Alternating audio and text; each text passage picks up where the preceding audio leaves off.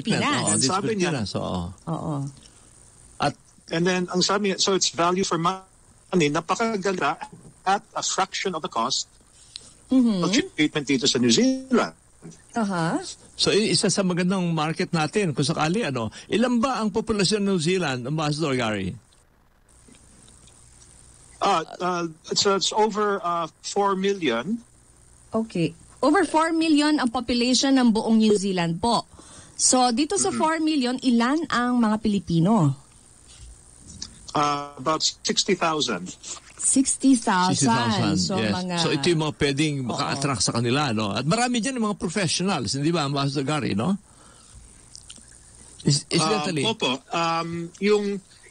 Yung parang yung first wave of migrants from Philippines to New Zealand were, more on the professional side, nursing, IT, management.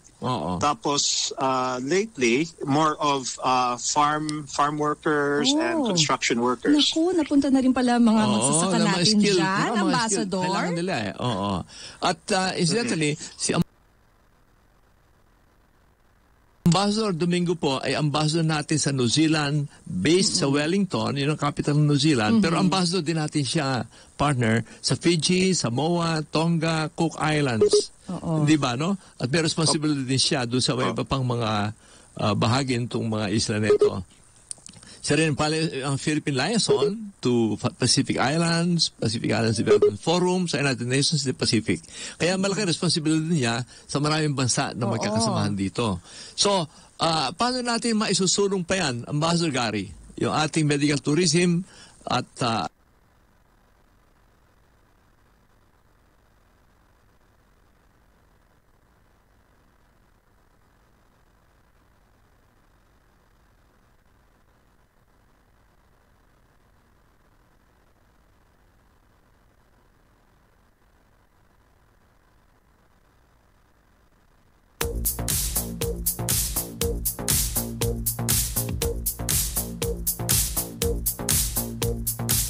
gusto ko talagang i-push ang medical and dental tourism kasi nakikita ko. So apart from social, we have to look at go ahead. Medyo napuputol ang linya natin. Sorry, medyo medyo kumpara sa mga ibang ASEAN countries. So for example, ang New Zealand tourists going to, for example, Thailand, sa Pilipinas, sa Tanzania, mga between 20 and 30,000 lang. So mga 1/3 lang halos sa pupunta sa atin. Pero balikan ko yung sinabi ni Ambassador kasi na-mention niya talaga is the dental tourism. Yes. Kasi marami na bukod sa New Zealand, sa Australia ang pumupunta sa Pilipinas dahil nga ang dental services ay hindi po covered sa insurance po yata, no po, ng Australia at ng New Zealand. Well, I'm not sure about Australia, pero ito sa New Zealand. Pero siguro similar din. Opo.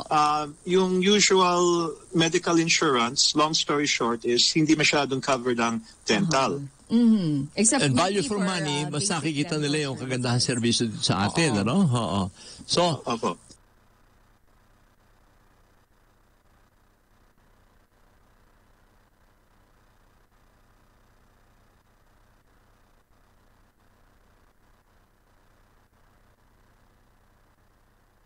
yung DTI at DOT, may mga attachés based sa Sydney.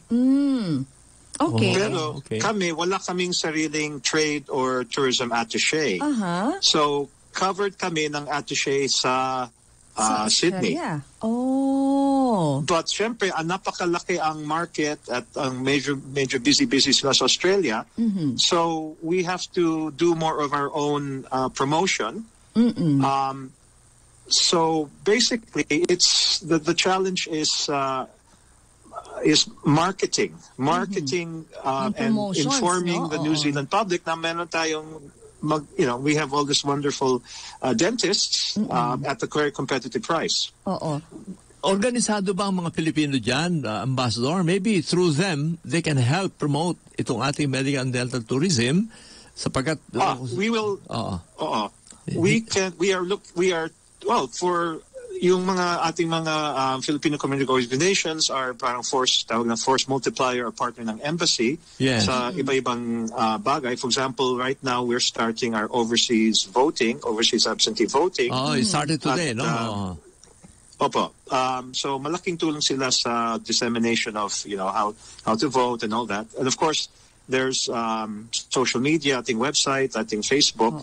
But it's really to talk, really. We have to hit all marketing. the possible avenues. Targeted marketing, Gov, kasi ang isa dyan, syempre, hindi naman natin pwede kaagad i-target ng, come up with a massive campaign kasi that's very costly.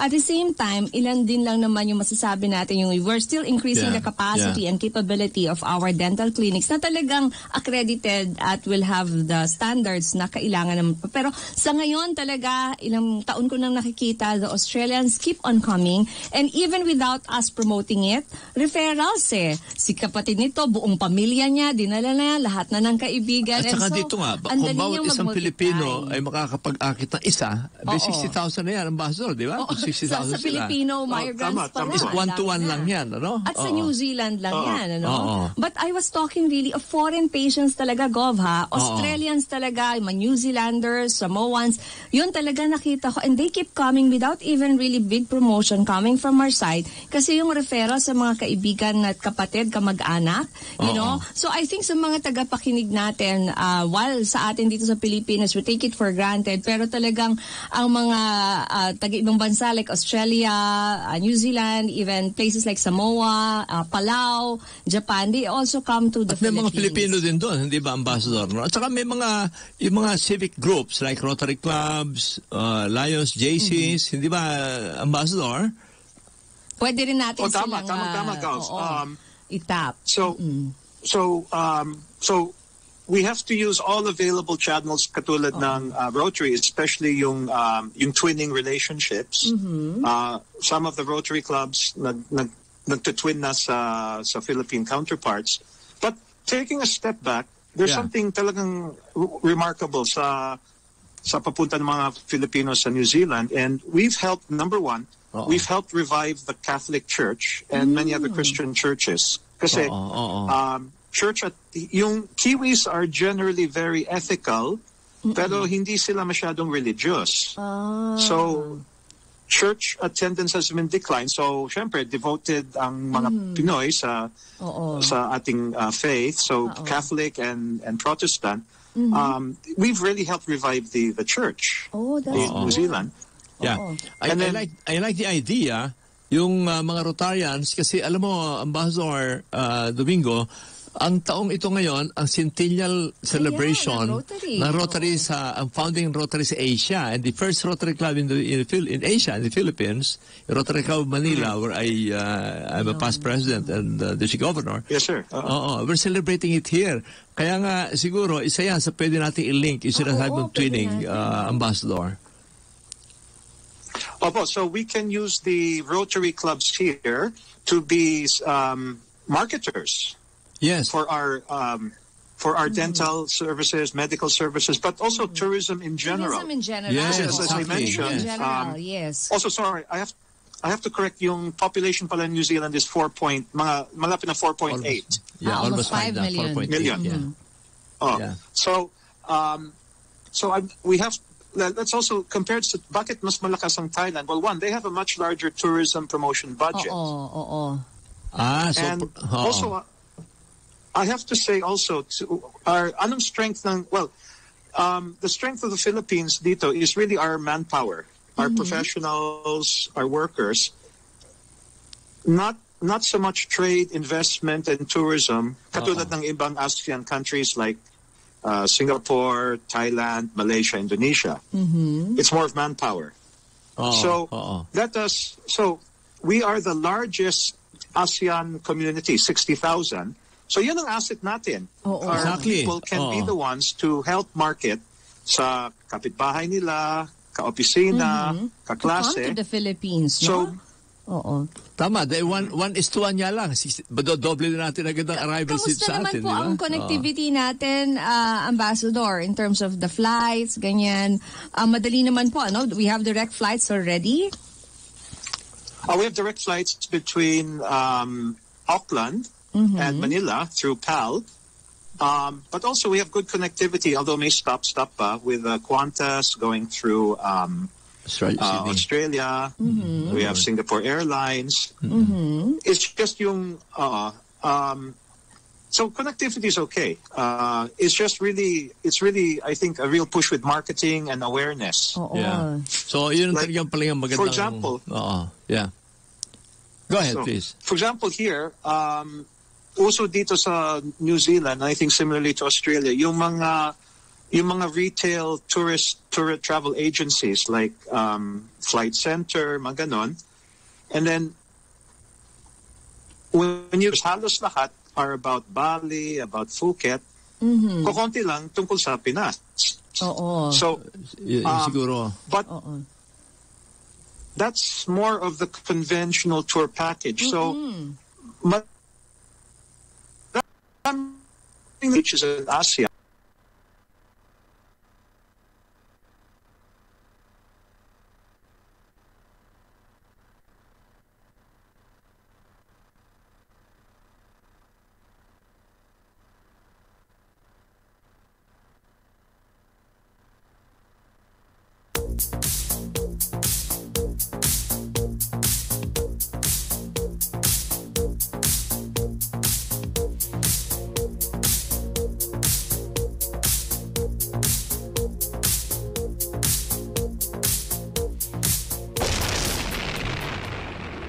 RPN Jensen Size 93 sa inyong mga radyo.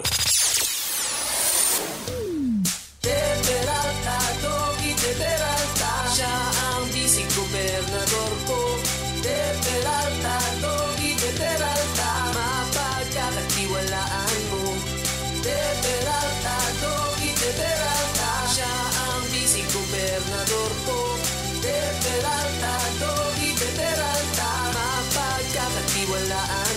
This is a political advertisement paid by Almer de Peralta, Kiamba, Sarangani Province. Pakyaw atong pilion o iboto sa pagkakongresman sa ikaduhan niyang termino. Kay siruil sincero sa katungdanan ato ng nasulayan. Oh yeah, yeah, yeah. Ruel Pacquiao ang atong tingog sa kongreso.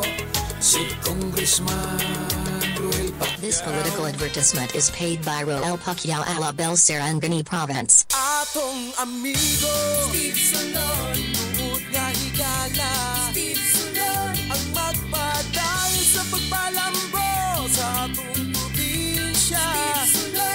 Steve Solon, Steve Solon, kayang-kaya Steve Solon, atong gobernador sa probinsya. Bisan pa man, kaniyado pa, nakita na pagpanerbisyo niya. Steve Solon, kayang-kaya. Wala nang dapat pang baguhin sa iboboto natin. Governor Steve Solon atong ipadayon para sa kaunlaran ng bawat sarangan. Solon sa Sarangani, sulong Sarangani. This is a political advertisement paid by Steve Solon, Kiamba, Sarangani Province. Siling ni Marojas, may namangkot sa akon.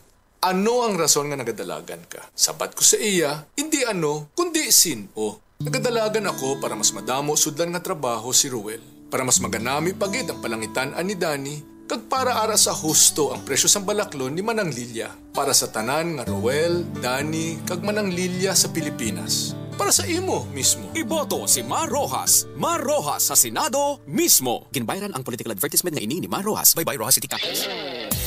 Mga kababayan, sa Mayo 13, huwag nating kalilimutang iboto General Ronald Bato de la Rosa para Senador numero 24 sa balota. Iboto! Itaga mo sa bato, talagang sagot ka niya. Pag nasa tama ka, lagot lahat sila. Siya ay kasama nyo, itaga nyo sa bato. Siya ang magbabantay doon sa Senado. Sa Senado, iboto si Bato. Sagot ka ni Bato, itaga mo sa Bato. Sa Senado, iboto si Bato. Itagan niyo sa Bato, siya ay magtatrabaho sa Senado. Sagot ka ni Bato. Yes, sir! Sagot kita, itaga mo sa Bato. General Ronald Bato de la Rosa, numero 24 sa balota. Para senador, iboto. Yes, sir! Tunacharon atong iboto, tunacharon atong abogado, tunacharon maayong tao, uutan ng edukado. Tunacharon atong iboto, tunacharon atong abogado, tunacharon maayong tao, dirita kay sigurado. Tunacharon atong iboto, tunacharon atong abogado, tunacharon maayong tao, uutan ng RPN Jensen, size 93 sa inyong mga radyo. Babalik tayo sa DWIZ! Kasi ngayon may problema tayo in other sectors, di ba? But tourism is there. We just have to really develop and promote Talagang it. napakaganda ito. Tsaka, di ba, alam natin, ambassador, yung sinasabi nga natin dito, isang tourist na dumating dito, nakaka-create ng isang job opportunity, no? So, bukod pa dun sa revenues na raise natin. So anyway, kung sa Mayo, May 13 ang deadline ng ating halalan, so siguro doon ka darating dito, no? Around that day, around those days, siguro around May 15, 16, ganun, sir. Okay. So, sige. So, anytime you're on the way. Kayo, Ambassador, at pagtulungan po natin. Let's get in touch, and we are so grateful na nagkaroon ka ng pagkakataon sa amin dito. At siguro, bigyan pagkakataon namin kayo para batiin ang mga kababayan natin dito, Ambassador. At sa New Zealand. Sige po. Yeah, straight from New Zealand. Go ahead, please. Okay. Yeah, okay. So, reminder sa mga ating mga kababayan, don't forget to vote. Wait for your ballots. We'll be delivering by mail. Yes, in New Zealand. And also, pagtulong-tulungan tayo sa promotion of medical and dental tourism. Invite your Kiwi friends and neighbors to get the best treatment at a fraction of the cost sa Pinas. Yes. At kung may gusto po palang magtanong tungkol sa health and wellness tourism or specifically for dental tourism, you can email us. Sa Facebook kasi ang account problema natin, po niyan, diba? minsan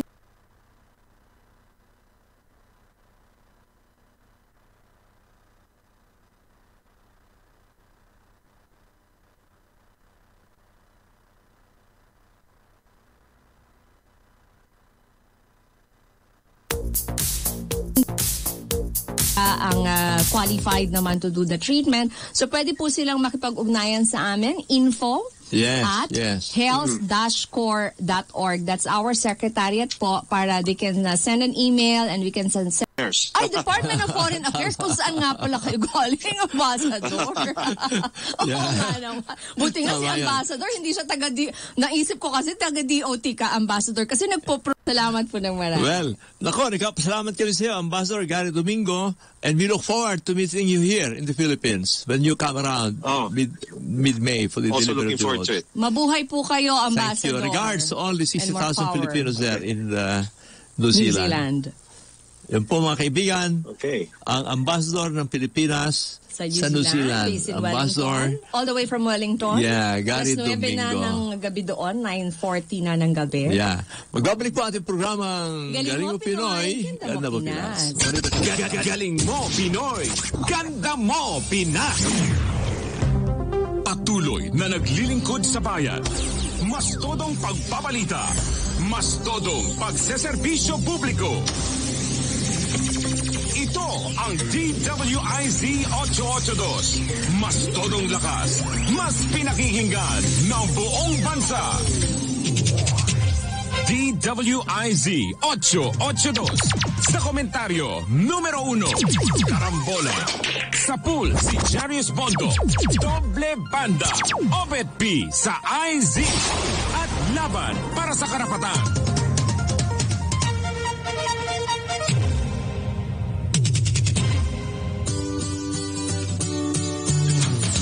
Good deals sales happen only at Isuzu Gencars. Isuzu Gencars, after-sales quality service. Isuzu Gencars, expert mechanics to deal with your car problems. Isuzu Gencars, the trusted name for Isuzu car dealership. Isuzu Gencars dealership are Isuzu Makati, Isuzu Batangas, Isuzu San Pablo, Isuzu Legazpi, Isuzu Naga, Isuzu Batangas City, and Isuzu Santa Rosa. Gencars Incorporated, 40 years of sales and service excellence. Check out the all-new Isuzu MUX RC4E diesel engine to the nearest Isuzu Gencars dealership. For more details, visit and like our Facebook page to get the latest events and happenings. The Philippines Graphic is the last news weekly magazine standing. Read incisive analysis and in-depth reportage in the pages of the Graphic. Enjoy the freshest short fiction and best poetry this magazine offers in its literary pages each and every week. Intelligent minds gather at the Graphic. Grab a copy now.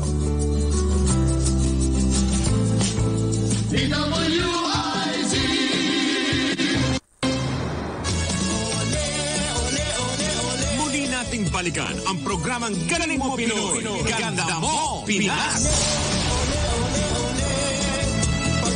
Ole, magbabalik po ating programa at talaga namang nakakatuwa din ang ating mga kababayan doon sa New Zealand, sa Australia. May mga komenta sila, di ba? May nag-comment lang, idinagdag pati kasi yung tagapakinig na ito. Si Alquin to. Magandang hapon sa'yo. Alam mo, lagi nakikinig to sa atin sa kahit na anong issue. But he is based in Sydney. Sabi niya doon para sa Australia. Bukod sa nasabi nating mahal, di ba?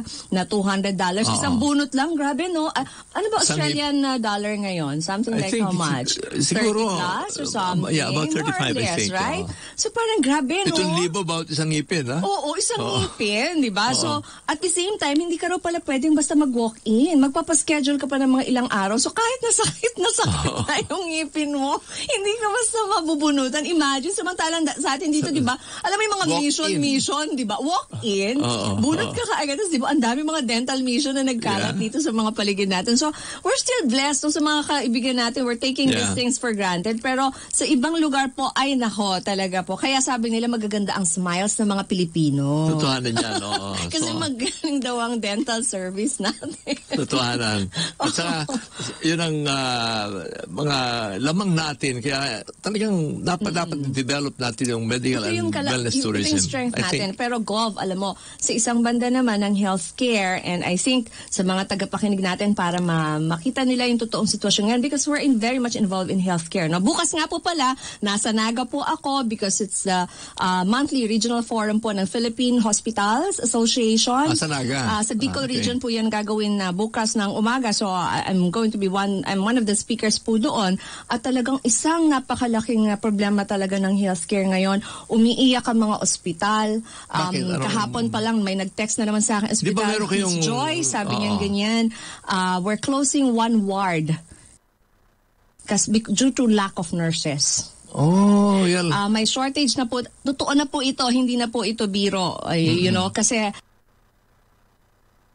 sa lahat ng forum na inatanan ko, ilan na po yung nagsabing magsasara na po kami, isasara namin ng isang ward kasi po yung pong nurses ay hindi na sapat. Well, ilang problema natin. Si Alisa na sila kasi. Umaalis na po sa ibang bansa at yung nasa Pilipinas naman, sa mga call center siya trabaho.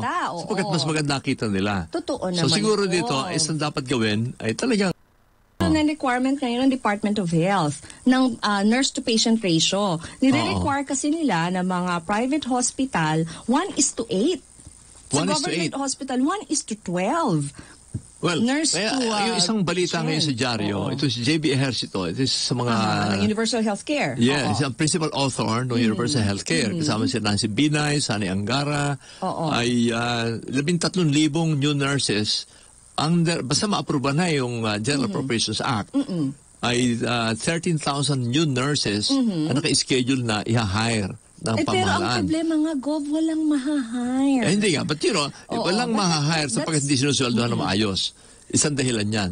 we are graduating as many as 80 and 100,000 nurses every year. But not in the last 2 years. And not dahil in nga, the next 2 problema years. dito sa Because K-12. of the K-12. Yes, so nagkaroon talaga ng malaking impact nagkaroon yan. ng lal ng 2 years. At ang ibang bansa ay nagbukas na rin, no? Ngayon, alam mo, maniniwala ka. And ito, realidad to, talagang alam ko nangyayari. Sa ibang bansa like Saudi Arabia, kahit hindi nakapasa dito ng board, kinukuha na nila. Dati, kailangan at least 2 years, you're board certified, and at the same time, you have at least 2 years experience bago ka makaalis. Kaya nga, nagkaroon ng sistema na ikaw pa yung magbabayad para maka-training ka lang sa hospital because of the 2-year experience. Ngayon, hindi.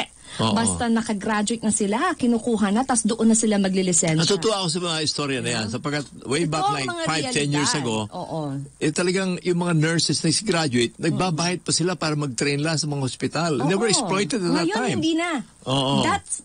That time is gone. Kasi na-abuse sila ng husto. Natutuwa and so naman they're ako. now facing the consequences of all this, wrong practices and abuses. At talaga po ito, sasabihin ko lang, because mainit na mainit, universal healthcare and all, ang katotohanan po, kulang na po tayo sa nurses. Once you do the universal healthcare, there will be less accessibility because a lot of the hospitals would like, especially the private hospitals, would like to close down already. Well, ang importante diyan sa universal healthcare, at ito isang advocacy pa ng programa natin, i-shift nila doon sa preventive. Oo. Para noon. Talagang daan doon. Oo. Ang nangyayari kasi, pagka talagang Philippine PhilHealth Insurance natin, pakikinabangan mo, kapag ka ikaw ay na hospital, di ba? So dapat ibalik ka rin. Pakikinabangan mo, para hindi ka ma-hospital. Dapat gano'n ang gawin natin doon sa PhilHealth. Ito isa sa advocacy natin, ano? So, yun yung sinasabi mo, yung programa, yung pati primary care. Yes. We should shift to primary care system. Preventive health care. Tama ka, Gov. Tingnan mo, kung magsasara na yung mga maraming hospital, yung mga clinics ang talagang dapat padamihin. At yung mga rural health units. Rural health units natin. Even barangay health centers. Ito na maging gawing sentro. Para noon, yung mga gamot ng mga may diabetes, mga may alta presyon, diyan pa lang makuha na nila. At pati may tuberculosis, paluwakin na yan. TB, centers, yung pa isa, talaga namang... Agov, di ba? Pag titignan mo, you have problems in water, sa tubig, tapos ngayon sa electricity, tapos ngayon healthcare. These are basic needs. Kaya nga, yun yung mga talagang dapat ayusin natin. So maraming dapat ayusin. At isang dapat ayusin ngayon, itong brownouts. Sipin mo. Naka-red alert tayo. Tinatawagan niya natin pero wala siguro oras. Pero may nangyayari dito sa ating problema ngayon, ano? 3-hour brownouts yung sinasabi. At ang nangyayari, nakapagtataka naman, 5 planta ito ngayon, ng power plants. San Miguel ang nag-ooperate sa Limay plant, 150 megawatts. Doon sa Sual, ito yung coal-fired, San Miguel din niya, 647 megawatts. Pagkatapos itong Consunli sa Calaca, sa Batangas yan 150 megawatts. Okay. Yung Aboitiz naman sa Pagbilao, 420 megawatts, mas malaki, no? Tapos yung Ayala naman, meron din, yung SL Tech, 135 megawatts. Akalain mo itong 5 neto, sabay-sabay. Sabay-sabay na nagkakaroon ng unplanned outage, unplanned, talagang hindi nakaplano. At bukod pa ron, may planado rin sila na maintenance system. So isipin mo, bakit nagkakasabay-sabay? Yan ang nakakapagtaka dito. Para bang nag-uusap-usap siguro yung mga planta nito. Masisira ka bukas. Ako naman sa susunod na araw. The news says na parang cartel-like. Kasi nga, 5 daw sila, no? Grabe. Na parang nag-usap-usap. Kaya dapat, ang Department of Energy dito, ay siguro yung they should step in. Yes. At this time, habang nasa simula pa lang ng mga pangyayari. Saka parang ipaplano mo maintenance mo sabay-sabay. Samantalang ito ngayon ang peak period. Dapat yung maintenance nila is bago dumating. Mainit na panahon, di ba? Kailangan mo, so they're yung supply, di ba? Of course, this will be again an opportunity for them to increase. It's a law of supply and demand. Kaunting supply, tataas ang demand, and then tataas ang presyo. Grupo. Siguro brown out ito. This is bad for the economy. Para magkaroon sila ng dahilan para magtaas ng mga rates, Sana huwag naman ganyan. We're calling on the Department of Energy. Silipin ng ating gobyerno. Isipin mo yung planned maintenance, nakaplano maintenance sabay-sabay. Pagkatapos bakit naman unplanned outage. Wow. Ito nakakapagtaka talaga. Saka sabay-sabay. 5 sila, no? Ako, dapat po ito imbestigahan sapagkat hindi tama yung nangyayari na yan. At ang masakit dito, Kailan lang, problema natin isang linggo, tubig. Tubig, kaya nga. Tapos ito ngayon. Tapos init. Aba, Kung kailan alam nilang mainit at kailangan talaga natin ng kuryente, no? And it's ang nakakaano niyan na why it's like an economic sabotage kasi nangyayari sa Metro Manila. Dito sa Luzon Sa Luzon Oo, grabe. Dito yung effect sa atin And during 1 milyong mahigit itong apektado nito sa franchise area ng Meralco. Ilan, Gov? 1 million ang apektado dito sa franchise area ng Meralco lang ito, no? Sa Metro Manila lalo nakasama. At kaya sinasabi nga nila, red alert. Kaya tama si Senator Nancy Binay dapat solve nila ito. So pag umabot ito sa halalan, 30 araw na lang halalan na tayo. Pati yung credibility ng eleksyon, maaaring maapektuhan. Maapektuhan, Totoo naman. Lalo na computerized yung system natin, Saka nung araw, sinasabi yan pag nag-brown out, pag nagkailaw, iba na resulta. Iba na resulta. No? So, incredible lang. Parang pumikit ka lang, nagdumilim, tapos bigla. Kaya yun po ay napakahalaga. And we're just hoping that the Department of Energy we also have to make sure that yung mga poll stations natin have generator backup. Meron sila dapat UPS, yung uninterrupted power supply. Yung mga kababayan natin, dapat bantayan po talaga nila yan. At isa pang mainit na balita dito ngayon, itong sabi ng Presidente, pwede niya i-veto ang budget. Sapagkat ang lumalabas dito, pinag-aawayan, ito talagang dalawang Senado at saka ang House natin. Sabi nung una sa Senate, kasi mayroong insertion na niya sa House. Ngayon, lumalabas naman, ito si Congressman Rolly Andaya naman nagsasabi, yung 80 billion na in-insert ng Senate na ni-realign, ito pala kinuha doon sa build project ng Presidente. At ito ang sinasabi ni Andaya na pagka ganyan, napakaraming problema natin. Maapektuhan itong mga infrastructure projects. 80 billion pesos at yung 5 billion doon ang balita ay sa Antique lang napunta, no? Bakit Antique, Gov? Well, taga rin si Senator Loren Aguilar, no? At ito nadyaryo to. At yung mismong kandidato ng partido niya, ang nagsalita kaya nadyaryo, kaya nabisto Sinasabi niya, kinakailangan manaluan niya yung grupo natin dito sapagkat pagka napunta sa kabila, baka niya, hindi natin pakinabangan yung 5 billion piso na nirealign ni Senator Loren Ligarda para sa Antique, no? So, kaya lumabas yan At nabisto na yun pala, ang Senate pala nag-realign din. Kaya ito po ay sana matigil na yung pork barrel na yan. Sobra naman Saka isipin mo, isang provincia, 5 billion. Oo. Ayan diba? Na naman, syempre lalabas na naman yung sinusulo mo na federalism. Natabunan na yan, Gov. Well, siguro pagkatapos sa magkakaroon ulit. Pagkatapos ng Senado nito, paligid yan mapag-usapan yan. Walang papaksa dyan. Pero usapan niya, sino ba mananalo ngayon sa Senado? Busy silang lahat ngayon. Busy campaigning. Pero sana nga dito ay mapag-aralan mabuti. At ang nakakatuwang basahin mo ngayon, nag-aaway yung Senado, nag-aaway yung House.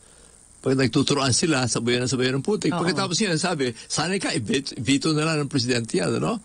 So, ang problema po dito ay nagtuturoan itong Senate at saka House. Sabi ng Presidente, pagka talagang sinuri ko yan, nandiyan ng mga pork barrel, i-veto ko yan. Implikasyon niya pag binito, maririin na akong budget natin. Okay. Yung 3.7, 3.8 billion, more or less ganun din naman Yung budget ng 2018, yun ang isi-implement hanggang makapagpasa ng bagong budget.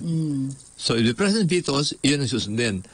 Ang problema doon, may mga alokasyon sa infrastructure na maaaring hindi maikasakatuparan. Kaya nga yung sinasabi nga, they'll have to reduce the projected growth in the economy from 6 to 7%. Samantalang last year, ang projection nila for this year is 7 to 8%. So, mababawasan na 1%. Malaking epekto nun sa ating ekonomiya. Sa ating build projects. Kaya sana ay maayos yan. Pero isa pang balita dito na nakakatuwa at nakakatawa. Tatla mo nung si Mahathir na nandito. Yes. Joyce, Malaysia. Di ba? Last month. Interview siya. At isa sinasabi niya, mag-ingat kayo sa pangungutang ninyo sa China. Di ba? Sabi niya, hindi ko narinig yun. Okay. Narinig. Sabi niya, be careful with debt trap. Okay. Sa China, pag nangutang kayo. At yan naman, sinundan na ng World Bank at sa IMF. At ngayon, nasa Jari din. Pero alam ba yung isang balita ngayon sa kay Mahathir? Okay. yung kanyang inuutang, pero silang nangungutang sila sa Sila China. yung nangungutang sa China. Para magpuha ng railway na 688 kilometers. Yun, ninegotiate yun ni Najib Razak, yung dating Prime Minister, na ngayon ay hinahablan nila ng corruption. Ano? Pero tinan mo kung gaano kagaling itong si Mahathir. Binabanatan yung China, pero ngayon, ituloy na natin ang project. Ano mo kung bakit patutuloy niya? Sapagkat nabawasan niya yung alokasyon ng utang sa halip na $16 billion. Okay. Naging 10.7 billion na lang. Ang halaga. Nabawasan ng 5.3 billion. Because of interest rates ba yan? Well, sa galing ni Mahathir. Siguro, binabanatan yung China. Yan. Masyadong malaki ang inuutang namin sa inyo na babaan mo. Puro sa corruption yan. Di ba? Ngayon, ang utang nila 10.7. Kaya sabi ko nga, ang galing-galing talaga si Mahathir. Ano? At ang China, lahat na lang may utang talaga sa kanila. Ano? Talaga. Ganyan katindi. Ganyan kagaling ang ma-check. At pang Amerika nga, ang pinakamalaking... Kaya nga di ba? Everybody. Alam mo, ang pinakamalaking utang sa China ay ang bansang Amerika. $1.18 trillion sa utang nila. Tayo nga, inuutang natin tila $545 million lang Di ba? Not even 1/2 billion. So, maliit. Diba? Ang sobrang liit kumpara sa 1.18 trillion US dollars. Wow. Anyway, pagkatapos ay tinatakot. Bilib ako dito kay Mahathir. Na talagang kita-kita mo, binabanatan yan China, pagbalik siguro China. Ibig lang pala niya, bawasan yung kanilang interest. Alam mo yan, yung parang yung tawaran sa Divisoria or sa tindahan, di ba? O sige, ayaw mo ibigay, iwanan na kita. Tapos biglang, hindi, pwede na.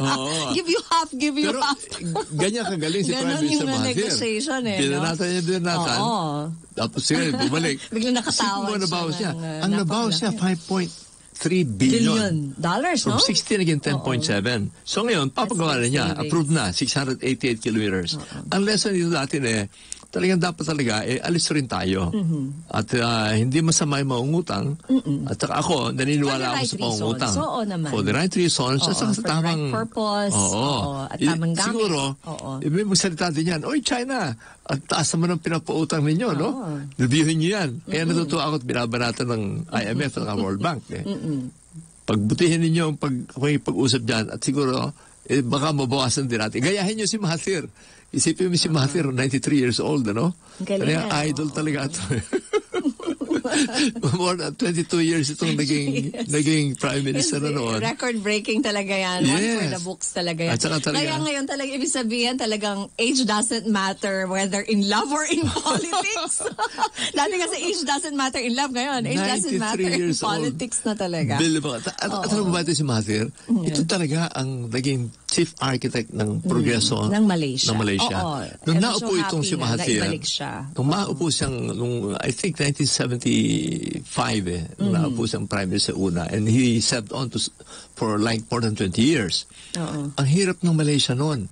At talagang talon-talo natin ng mga iyan at that time.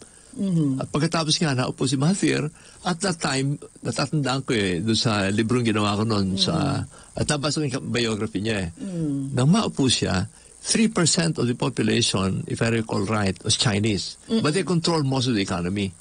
Alam mo yung ginawa niya? At sa lalabing oras na natin, pinag-aral niya lang. Pinag-emphasize niya talaga. Scholarship, education. At initially, 10,000 mga pinakamagaling na bumiputra sa tawag nila doon, ng mga Malaysian. Pinadala sa abroad. Iba nakapunta rito. Sa Amerika, sa Europe, until 10, 20, 30,000. At lahat nito ngayon, nag-aral sa abroad, nag-training, na mag-uwian, sila na nagkapatakbo na ekonomiya ng Malaysia. At ang swerte pa niya, nakadiscover sila ng langis doon sa Terengganu, yung pinakamahirap na ang state, ganda-ganda ng Terengganu. Hindi na siya mahirap ngayon. They have beautiful, I think one of the best beach resorts I've seen. Really? Sa Malaysia? Ang nakita ko nung maganda doon at that time, nung Kalye, bumalik walang ako. lubak doon. Papunta from KL to Terengganu, walang kalubak. Dahil diyan na hukay yung langis Andun na lahat ng Petronas.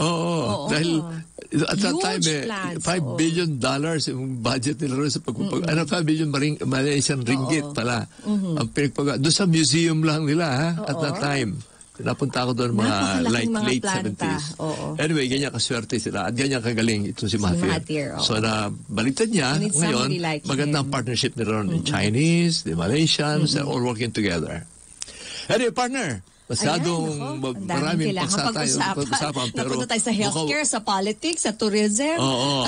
Kaya nga, ang somo total dito ay pagbutihin po natin. At natutuwa rin ako, huling point na lang, partner, batiin din natin ito yung team ni Dr. Mijares. Nakakita sila nitong Homo luzonensis. Ano yun? Di ba?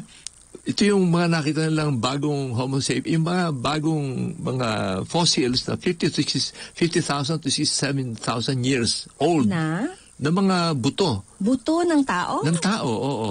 Saan? Sa Callao Caves, sa Peñablanca. RPN Radio Philippines Network. Radyo Ronda DX General Santos. Member